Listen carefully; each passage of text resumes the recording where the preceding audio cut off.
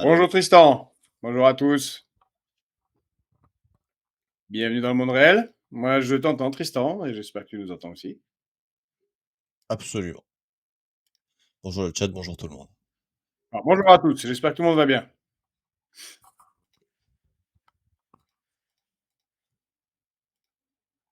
Alors, je pense pas qu'on parle de l'anniversaire de Caius Julius César aujourd'hui. Ça fait quelques millénaires qu'il est décédé.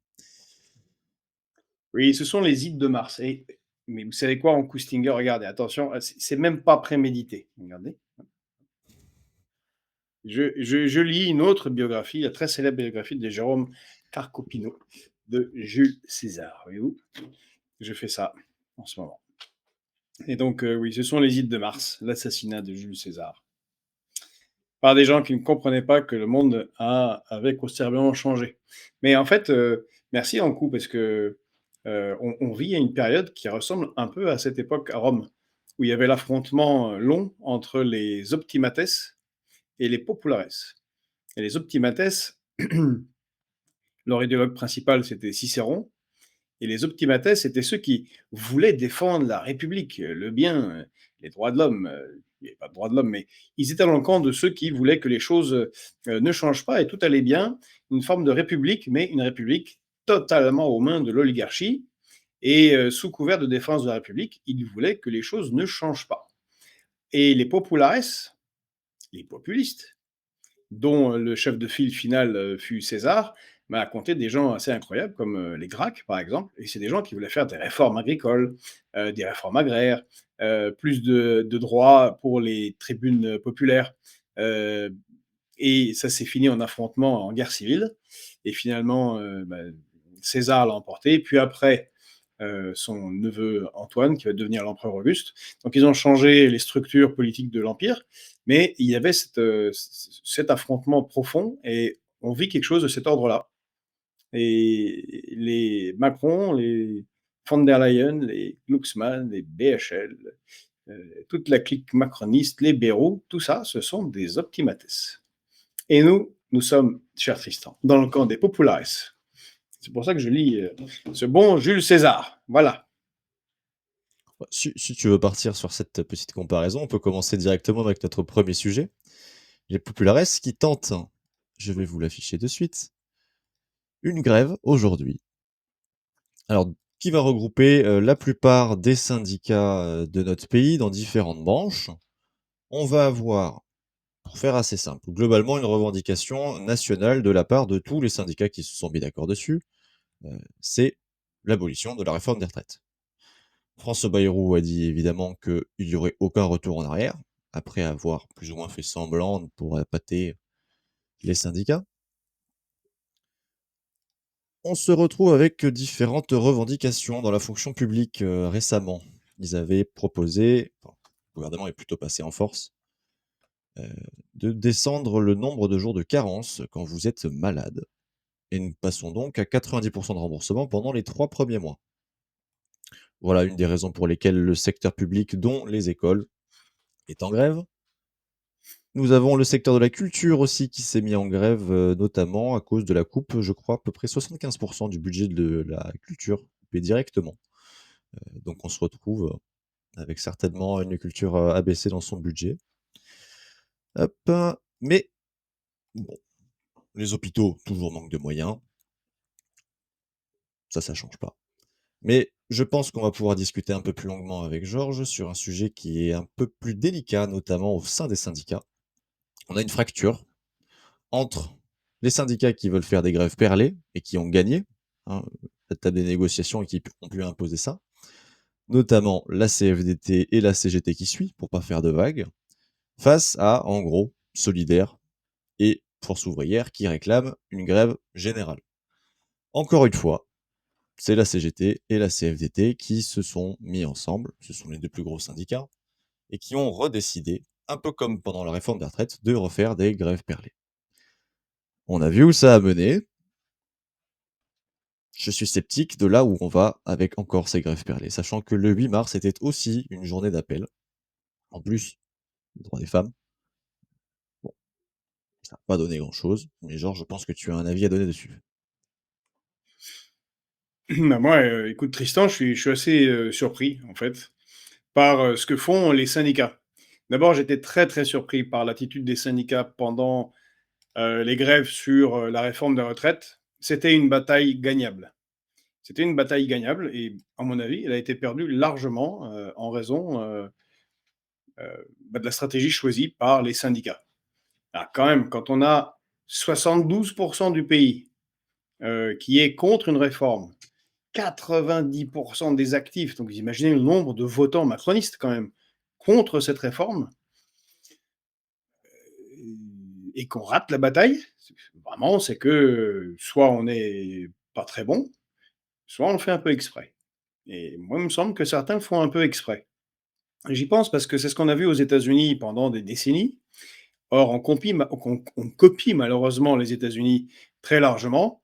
C'est le phénomène de la domestication des syndicats. Je pense Mmh. spécialement à l'AFL, le célèbre syndicat AFL-CIO, et qui, bon, de petits fours en or de la République, en salon de discussion, eh bien, petit à petit, subit la loi des reins de l'oligarchie, ce qui se retrouve en fait dans les salons des puissants, avec les puissants, eux-mêmes sont puissants, et petit à petit, ils oublient ce pourquoi ils sont là, en fait. Euh, et ça a amené à quoi aux États-Unis? À ce que les grandes, grandes luttes, parce qu'il y a eu énormément de grèves et de luttes aux États-Unis, on n'en parle jamais évidemment ici, puisque la grève ne serait que le phénomène des Gaulois réfractaires. Eh bien, aux États-Unis, il y a énormément de grèves sauvages. Le combat pour les 15 $ de l'heure, ça a été emporté par des grèves qui sont parties hors des syndicats, et en particulier dans les branches de restauration fast-food. Une énorme histoire. Et on l'a vu de plus en plus en France, eh bien des grèves qui s'auto-organisent entre ouvriers, salariés qui en ont ras-le-bol, grâce aux outils de communication. Alors ça part un peu comme les gilets jaunes d'ailleurs, un peu sur Facebook, un peu sur WhatsApp, un peu sur Telegram, il y a une boucle qui se fait, puis et ça a été la grève par exemple euh, des, euh, des contrôleurs SNCF. Et là, le problème, c'est que c'est comme les gilets jaunes. Bah, comme c'est pas dirigé par un syndicat, c'est difficile à contrôler et on ne sait pas avec qui négocier, puisqu'il n'y a, il y a pas de chef. Voilà. Et donc, évidemment, cette grève perlée ne servira à rien. Mais je ne sais pas ce que tu en penses, Tristan, ce qu'en pensent tes collègues, mais ça va servir à Walou, à rien du tout. En quoi le gouvernement va se sentir menacé? Ça va un peu embêter les gens une journée. Bon, il faut s'occuper. D'ailleurs, moi j'ai les enfants ici, il faut qu'on trouve un moyen, évidemment. En fait, ça ennuie surtout les autres. Enfin, je suis pas contre la grève, hein, Tristan. Mais une grève comme ça, en quoi elle embête Bayrou ou Macron ou Et l'oligarchie? pire que ça, ma déléguée syndicale, de par chez moi, favorable à la grève reconductible, elle me dit: «Mais, dans l'éducation nationale, on fait grève un jour, 2 jours, mais en fait, on fait juste cadeau de nos salaires au rectorat qui est très content de récupérer l'argent. Les élèves vont pas, dans les établissements scolaires, donc il y a pas besoin, de payer les profs et donc ils récupèrent l'argent sans rapport de force». C'est ça, hein, la base d'une grève, c'est censé être un rapport de force sur le temps long pour imposer des revendications. Bon, c'est pas en faisant 8 heures de salaire en moins qu'on va récupérer quoi que ce soit et tout le monde est conscient de ça. La base, les bases syndicales pendant la réforme des retraites étaient furax à l'idée de ces grèves perlées.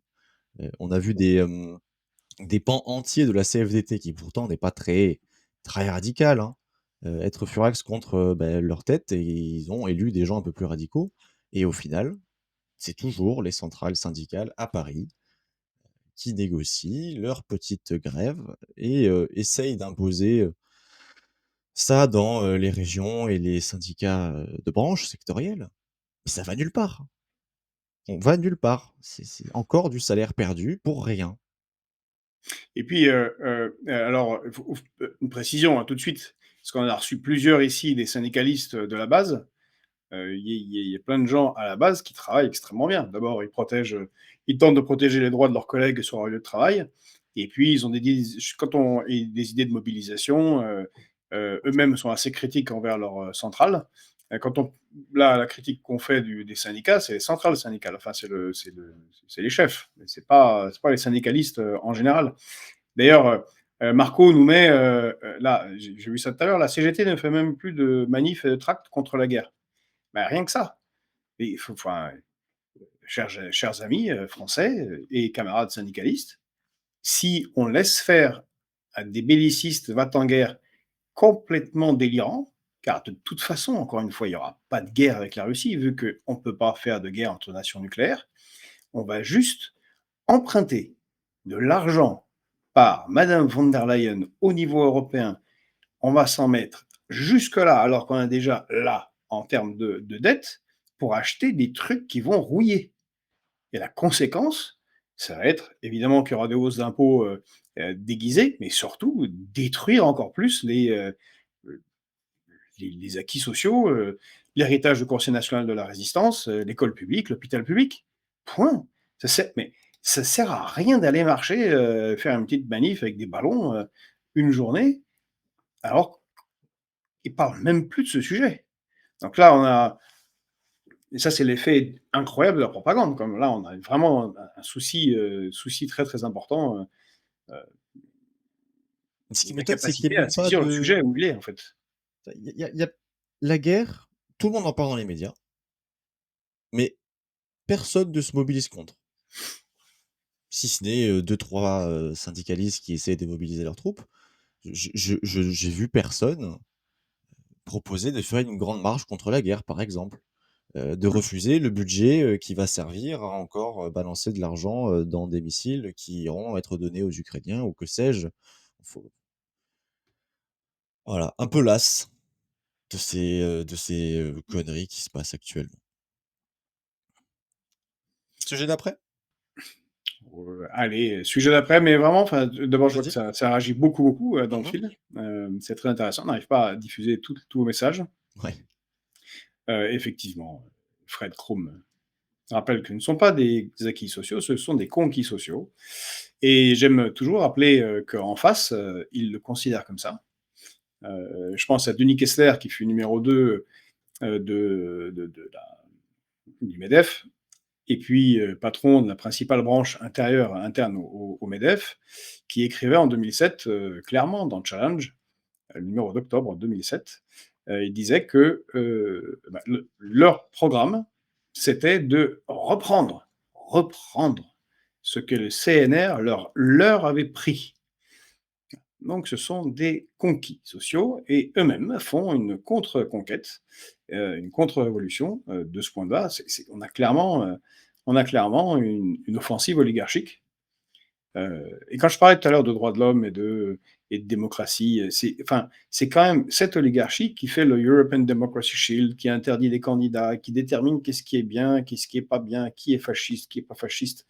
Donc ils se drapent en continu dans les oripeaux des défenseurs de la démocratie et des droits de l'homme, mais en fait, ils font de la casse sociale. Voilà. Et ils se servent de la guerre comme argument idéal, permanent, très ancien, pour créer un peu de panique et justifier plus de casse sociale. Et malheureusement, face à ça, ils sont beaucoup mieux organisés que les centrales syndicales, mieux organisés que le peuple, qui pour le moment va juste marcher un peu et un peu emmerder tout le monde parce que ça va juste faire chier les autres prolos et classes moyennes qui ont des gamins ou qui doivent aller à un autre boulot où ils ne peuvent pas faire grève. Bon, c'est incroyable, incompréhensible. La guerre comme justification de la casse sociale et aussi pour rester au pouvoir, mais ça fera un excellent lien avec notre sujet suivant. Allez. Sujet numéro 2 d'aujourd'hui, la reprise des combats, malheureusement, sur la bande de Gaza. Hop. Gaza à nouveau sous les bombes. Voilà, après un cessez-le-feu et des négociations, qui ont échoué entre Gaza et le pouvoir et le pouvoir israélien, on se retrouve avec de nouvelles frappes, israéliennes sur la bande de Gaza, faisant de nouveau des centaines de morts, sous justification que le Ah bah, Hamas 460 morts d'un coup, ouais, c'est pas mal, hein. ouais, se prétextant que le Hamas se sert du Ramadan pour reconstituer ses troupes. Bon, manœuvre politicienne ou tentative de garder le pouvoir en Israël? Georges, je te laisse répondre. Heu Mais d'ailleurs, juste je note que Eric vous a écrit: «On peut rappeler aussi que toutes les centrales syndicales ont su se retrouver pour faire un beau communiqué de soutien à l'Ukraine, où on réprime les syndicats et le parti communiste et plein de gens de gauche». Ça s'oublie un petit peu ça. Il y a 11 partis interdits quand même, et puis d'avant la guerre. Bon, bref. Donc oui, Gaza qui est, le conflit israélo-palestinien qui reprend, sa place, habituelle, un peu oubliée, hein, voilà. Hem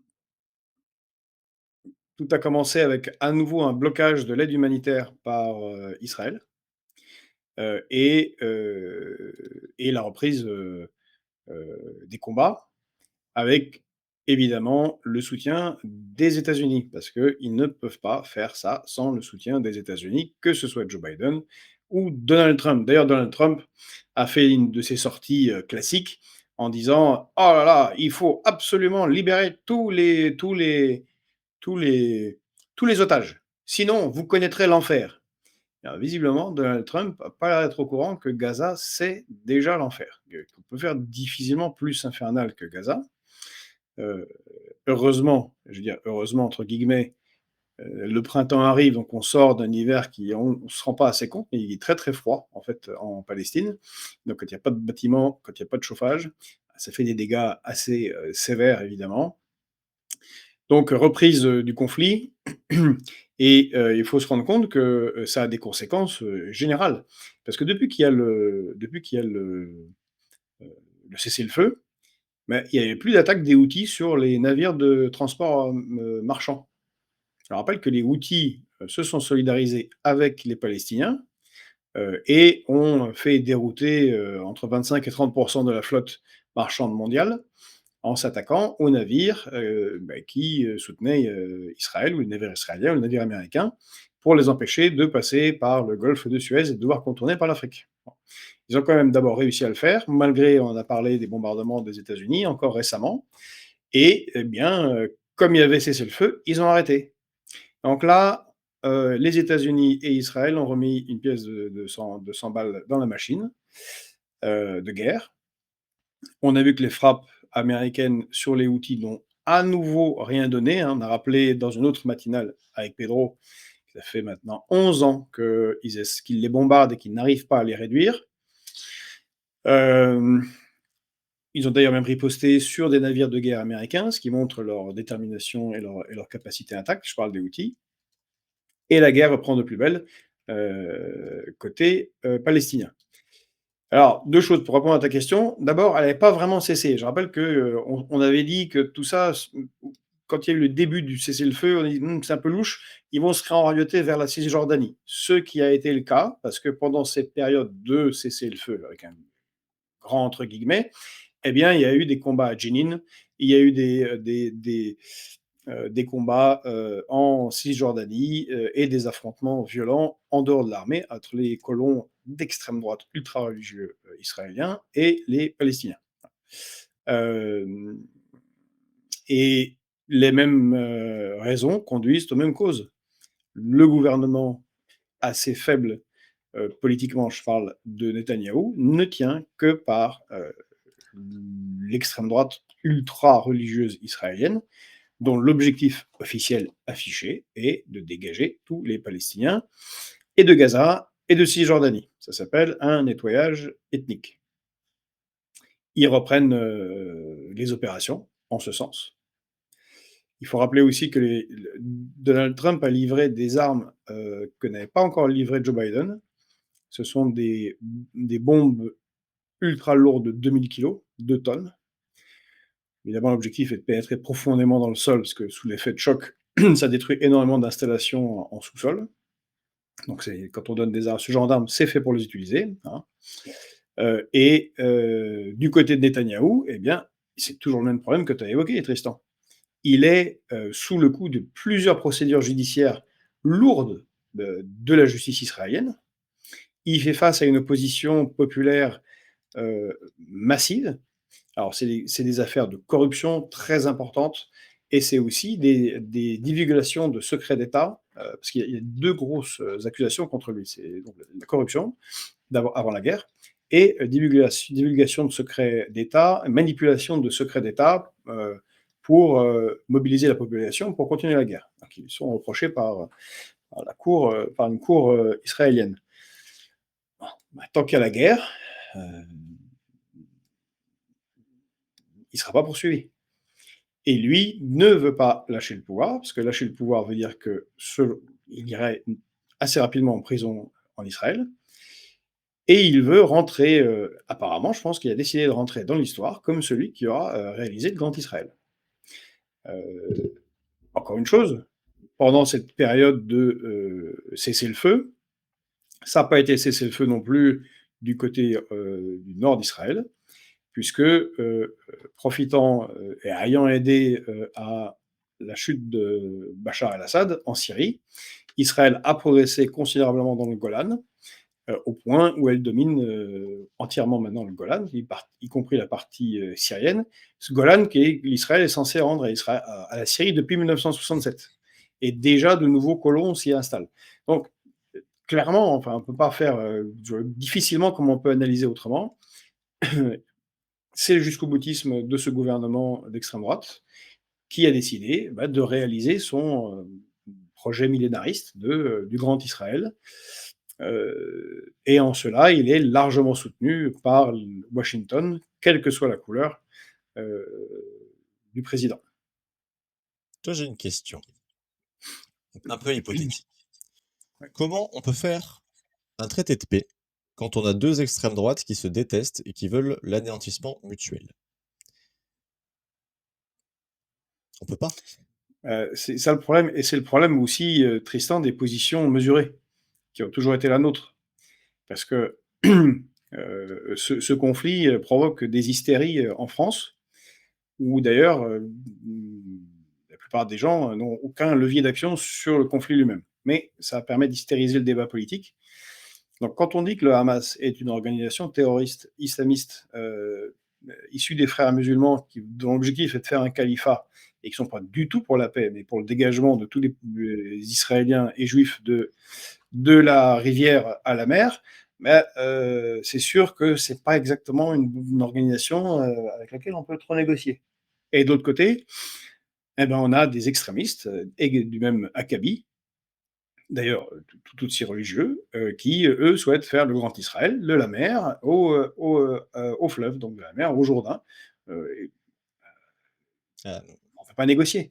Là où on a pu négocier, c'était dans les années 90, c'était les accords d'Oslo, et c'était avec un gouvernement israélien travailliste composé quand même de gens qui avaient tout fait, qui avaient fait la lutte armée pour l'indépendance d'Israël, qui avaient été eux-mêmes dans des organisations terroristes israéliennes.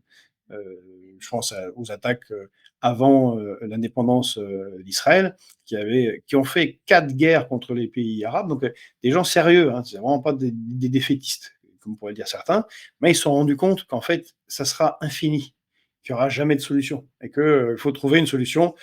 C'était la solution à 2 États.